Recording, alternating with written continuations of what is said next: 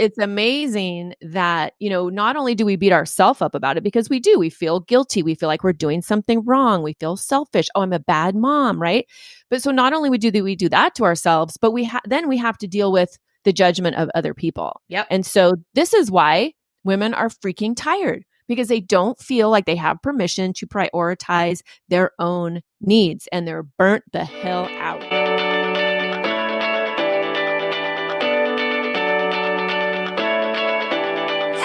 Welcome to Drinks with the Girls, conversations for women over 40 around connection, change, and the power of female friendship. I'm Karen, and this is Lisa. We are moms and solopreneurs stepping into our own and diving into real conversations about things that matter to women in midlife. We're here to spill the tea on everything that affects women in their 40s and beyond. Topics like loss and grief, changing relationships, launching kids, menopause, and reinventing ourselves in midlife. We are here to tackle it all. Connect with us through a blend of our lived experiences, our friendship, the memory of our moms, plus a collection of real stories, honest conversations, and engaging interviews that will make women over 40 feel seen and remind them that they're not alone on this journey called life. Let's go. Welcome, welcome, welcome. This episode is called Why Am I So Tired? And before we expound upon that, we always have to ask the question, what are you drinking, Karen? I am drinking a hard kombucha desert cooler flavor because it's 5 o'clock somewhere. Dang. Did you make that, or is that like a thing? Oh, girl. No, it's June Shine is the brand. And Okay. I did not make it. No, Okay. My daughter actually turned me on to these. Yes. Okay. Because you know me, I've got my whole little canning, preserving I know. thing going Yes. on. Again, Yeah. Yet another episode.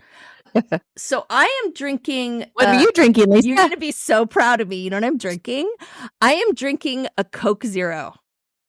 What? Mic drop, right? Mic drop. Not a smoothie with herbs and I know. vitamins and I know. special I know. sauce. Sometimes I just got to have it. And the thing is, okay, this is a whole tangent, but that's kind of what started the show, right? So my husband's like, I have to go to Dairy Mart or whatever to get some ice. And I was like, okay, if they have fountain Coke Zero, would you get me one? Right? Now, Everybody knows that fountain tastes better. It's totally different, right? Like I will, and then everybody also knows, like, okay, should probably ask this. Are you Coke or Pepsi?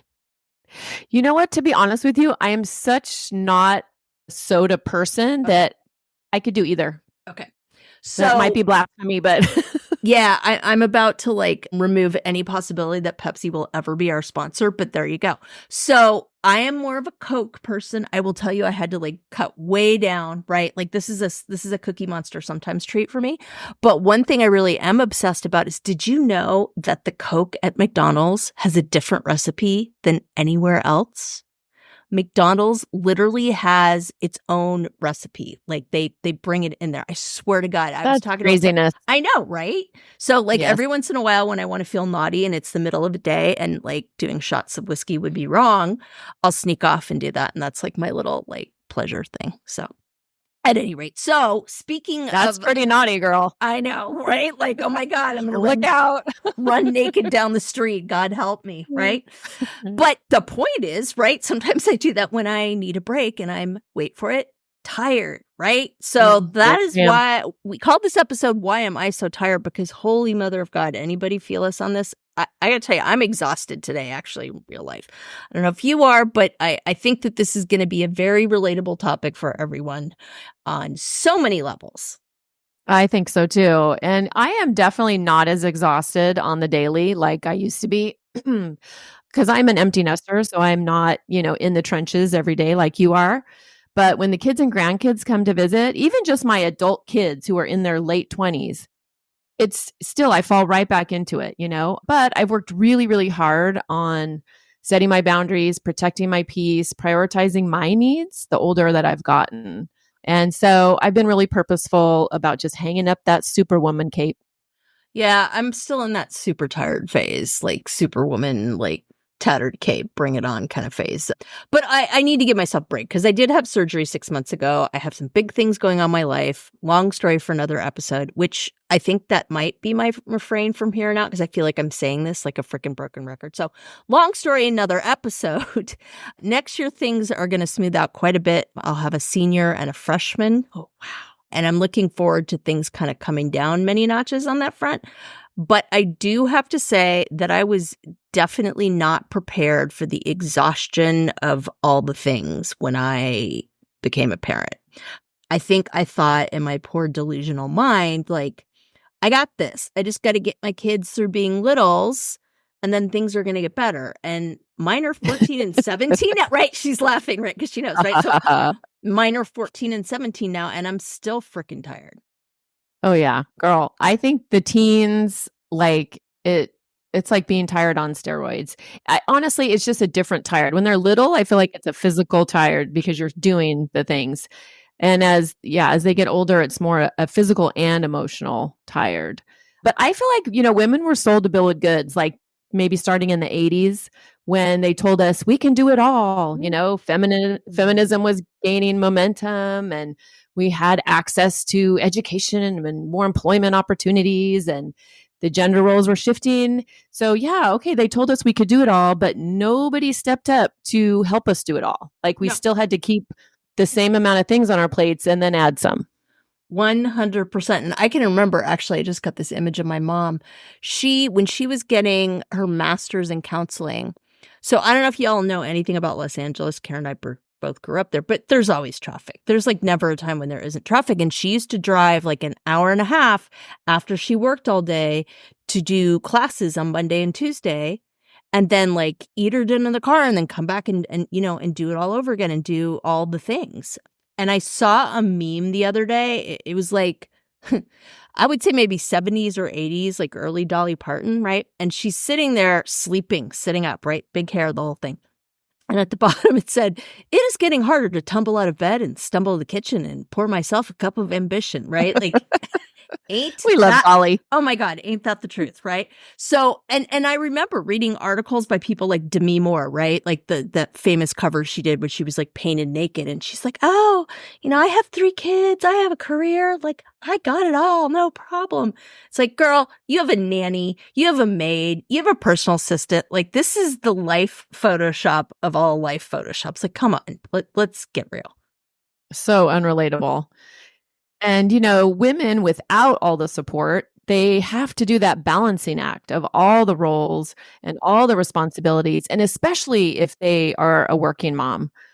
But the conditioning that we get as young girls and young women makes it almost impossible for us to break free. Because if we object to any of the traditional roles we're quote unquote supposed to take on, or if we decide to maybe put our needs ahead of other people's, we feel selfish.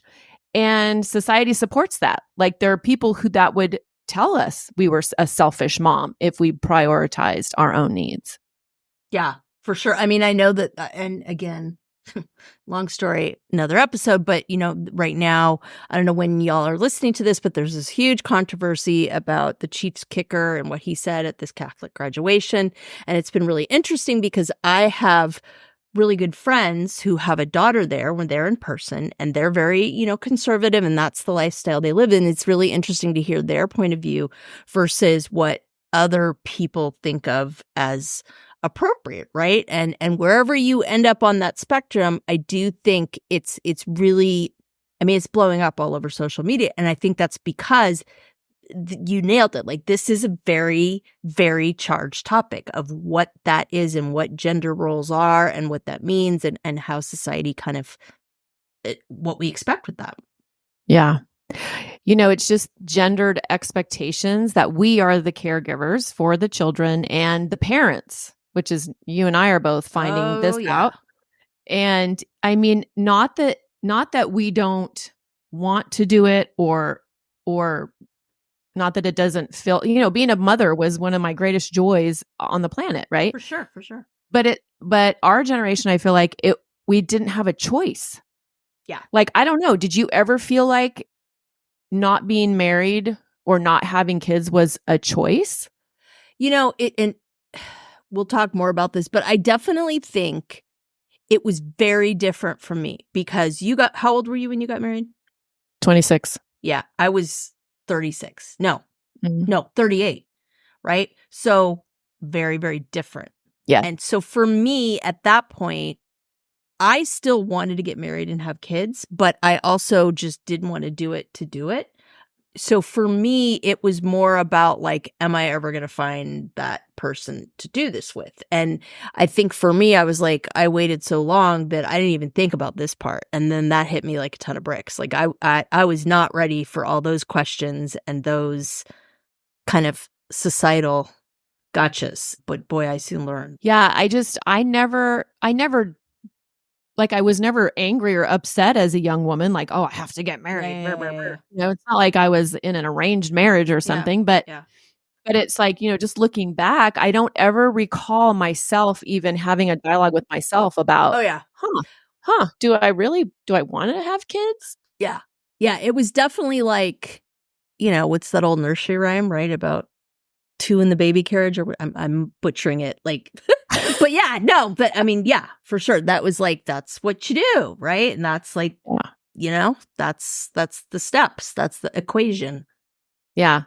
And when my second child, I mean, I, got an education, got a master's degree, got a great career in counseling. I loved it.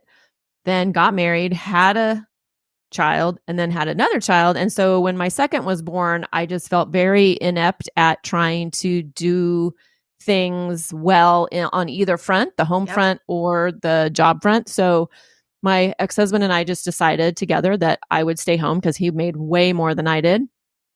And I wouldn't change that. I wouldn't change being a stay-home mom. I loved that. I might have, knowing what I know now, I might have been a working mom. I mean, sorry, no, stay at home. I would have worked from home. Maybe. I don't know. That's a lot though. I don't know. Point is, I wouldn't have changed being a stay-at-home mom, but when I look at what I sacrificed, my education, a career that I loved, like, and it makes me feel guilty for even saying that. Like, how could you compare raising your children versus a career? But it's like, it makes me sad that women have to choose. I feel like the issue is about that we're forced into these binary choices, right? Yes. No, will they, won't they, get married, don't get, like, right? There's no color to that. It's very like, this is the way that you're going to go, or this is the way you're going to go, right? And nobody really talks about what might that look like if it's not so one way or the other. My name is Karen Shatafian, and I am a shameless coffee addict and empowerment coach for women, and my love language is authenticity. My mission is helping women in midlife unapologetically design a life they're in love with. My website, KarenShatafian.com, has all my coaching packages and juicy things I have coming up, like my in-person retreat called Exhale in October 2024.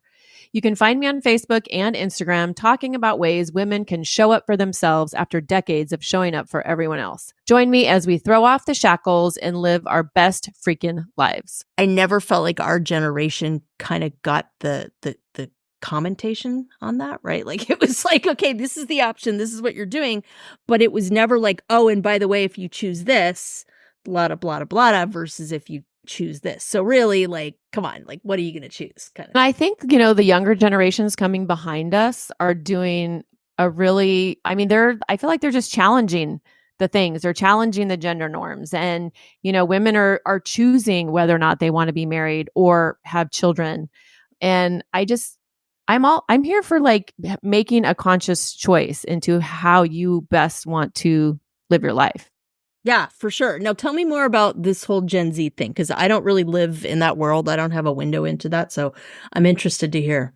Yeah. My kids are like older millennials. My daughter might be Gen Z, but I'm in a lot of online spaces with younger women, but I am by no means an expert. But I see them holding off on marriage. And I see that some women opting out altogether on marriage and on having kids. And I just read a recent article in Newsweek that the Gen Zers who do want to get married, they have a greater focus on like the relationship, the connection, understanding themselves, like the emotional intelligence within the relationship. They're not getting married because it's what they're supposed to do, like check the box, but they're just being very thoughtful about it and really creating a partnership that is more equitable and is something that they're choosing on purpose, I just if find that it, makes sense. yeah, it does. And it's fascinating to me. It's kind of exciting too, right? Like, hell yeah, finally, young women are learning from our experiences and that they're wanting to do better, right? Like, when does that ever happen? I love that. I know. It's exciting. It's so exciting. I love it. The one thing we haven't talked to is just this idea of the medical implications of this like chronic cosmic tiredness on women's health and what that means, right? I It's haven't a done huge concern. yeah. Yeah. I haven't done a lot of research about it, but I can imagine. Yeah.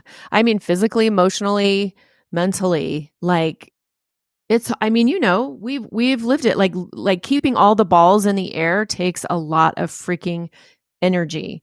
And, especially after you do it years and decades, like the women that I work with, they've been doing that for decades and they're freaking exhausted. And they're like, is this it? Like, is this it? I'm going to just be tired from my whole life. My name is Lisa Corachella McDowell, and I'm not just a healthy smoothie girl. Check out nextlevellifewithlisa.com, my website and centerpiece for all that I do. Connect with me about my free classes, the fabulous health and wellness products I have, literacy work, special education advocacy, and social media. I try to live my truth and put it all out there authentically. And for a special offer, go to nextlevellifewithlisa.com/podcast for some exclusive goodies for my Drinks with the Girls listeners. See you there.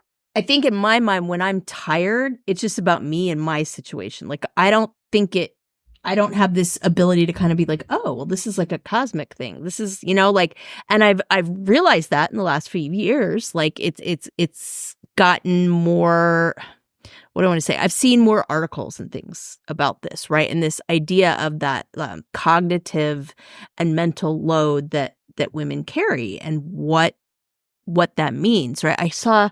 I can't remember the article, but it was really interesting because it basically outed all of us who are sitting there late at night on our phones, like scrolling through TikTok or sending each other memes and all this, right? Because, and I feel this way too. I'm like, it's my time. Damn it. Like I'm gonna have my private time and I'm gonna sit here, right? And it's like an hour later and you're still like blue light influence scrolling and not sleeping. And I had no idea, but apparently, that's the thing, right? Like we do that. That's like just a whole other, yeah, no, we definitely do that. And I get so mad at myself when I catch myself doing it, because time will go by and you'll be like, what are you doing? I had it planned. I was going to sit on the couch, read my book, whatever. And yeah, here I am. Yeah, an hour scrolling. later, and like you've listened to 6 Risa Tisa episodes and you can never get that part of your life back, right? Totally. And I mean, I also think that the health concerns, for me, it really rings true. So again, larger topic, another episode, but I had a breast reduction surgery in October, and I'll get into that another time. But essentially what happened is that the recovery for me has been a nightmare because of complications with other health issues. And those were brewing all along, but they came to the forefront after the surgery. And the whole experience has been super significant for me because it was really the first thing I did for myself. Like no one else benefited from it but me. It was my decision, mine alone. And it has been a game changer for me. And I realized all the things I can actually accomplish when I put myself first for a change. I mean, Karen's worked with me in bits and pieces as a coach, and she knows that was a huge, huge topic for me, right? And I remember preparing for this surgery and, making plans and this is going to happen and that's going to happen because mom's going to be incapacitated and just like, okay, all right. And then it came and they helped, but it was really interesting to see how things fell apart when I wasn't the one doing the heavy lifting. And I'm not just talking about like, oh, it wasn't done the way I wanted it done. I really had hoped it would be wrong. How did you know what I was thinking? Right. And it just kind of was like, oh God, I hate the fact that I was right. Yeah. I mean, I think, yes, there's nothing that shines a beacon on like what we're talking about, this just total exhaustion that women feel more than when, you know, the woman is incapacitated for any length of time. Yeah. Yeah. And my mom would tell this story and it just cracked me up, right? She was really sick. And I remember she said, yeah. And I asked her dad if he could just change you. And she said, he just looked at me and he said, could I just prop you up at the changing table so you can do it? Right. And followed promptly by him like washing my clothes he was in the army at the time, his army uniform, and turning everything pea green. Right. Like, really? Are you kidding me with this? Like, prop her up. I mean, and it's just, yeah. Yeah. All Okay. the things. Right. And I All the actually, things. the other thing I was going to tell you is I just recently saw, it's on PBS. It's called Maryland. And it's an actress named Saran Jones who's been in a ton of stuff, but there's this conversation that she's having with her husband and she's like, I feel like a ghost, right? And I'm just this container and, I just keep you guys ticking away and blah, blah, blah, right? And that's got to end. And he's like, okay, but whenever I tried to do stuff, it was never the right way. So I gave up, right? And I totally own that. I mean, part of me is like, well, if they just do it right, I wouldn't have that problem. Exactly. But Exactly. I mean, it's a thing for sure. Right. But then when we try to prioritize our well-being, that's a whole other thing, right? There's that mom guilt and that, pressure to be perfect. Like that's literally Pinterest's entire business model, right? Oh my gosh, Yeah, 100%. I can just remember too when my kids were in elementary school and I was a stay-home mom. So it's like you think in your mind, you have no excuse not to be like making the best homemade, zucchini muffins for the class or making the best, whatever it is. And you totally compare yourself with all the other moms too, right? Because you think that there is this elusive perfect mom something out there, which is total bullshit. But yes, prioritizing your needs as a woman, I feel like if we teach our daughters this now, which I'm trying to do, then when they get to be our age, they won't have this level of exhaustion because they will be good at prioritizing their own needs. I remember when my kids were young and I was like, I'm going to go on girls trips. I'm going to plan, it's like that. I had this inkling that I needed to do something just for me, even though it felt kind of off. So I would go on girls trips with my besties. And there were quote unquote friends, air quote friends, that would tell my ex-husband how shocked they were. Like they would tell him, That's crazy. like, yes, how could I leave my kids for 2 nights with their freaking dad, by the way? Oh, because he was babysitting, right? Air quotes. Exactly. Like, Exactly. Could you So it's not babysit? yes. Can you babysit your own children, please? That's a love. And he didn't give me shit. It wasn't him. Yeah. But it's amazing that, not only do we beat ourselves up about it because we do, we feel guilty. We feel like we're doing something wrong. We feel selfish. Oh, I'm a bad mom. Right. But so not only do we do that to ourselves, but then we have to deal with the judgment of other people. Yep. And so this is why women are freaking tired because they don't feel like they have permission to prioritize their own needs and they're burnt the hell out. Yeah. And then, of course, toss in menopause, hormone changes, aging. Hello. Like, it's a wonder we're not all like permanently sleeping, which is my theory, by the way. I've decided that like everybody's sleep deprived too, women and men. And frankly, if we could just go back to kindergarten and have naps, like we'd have world peace, like no more war, like everybody's just exhausted, right? And women particularly, right? But the other thing I think other countries have it right. How they do like the siesta, they take a break in the middle of the day. Yeah. Like that is such like, I don't know why the United States has their head up their butt on that one. Yeah, that's a whole, or in Europe, like they take the whole of August off, right? Yes. Like yes. we make fun of these people and yet we're the ones like dying of heart attacks and like stress related illness, right? Thank you so much for joining us on this episode of Why Am I So Tired? We have had so much to say. We are going to continue this in another episode. So make sure you join us next time for the continuation of Why Am I So Tired?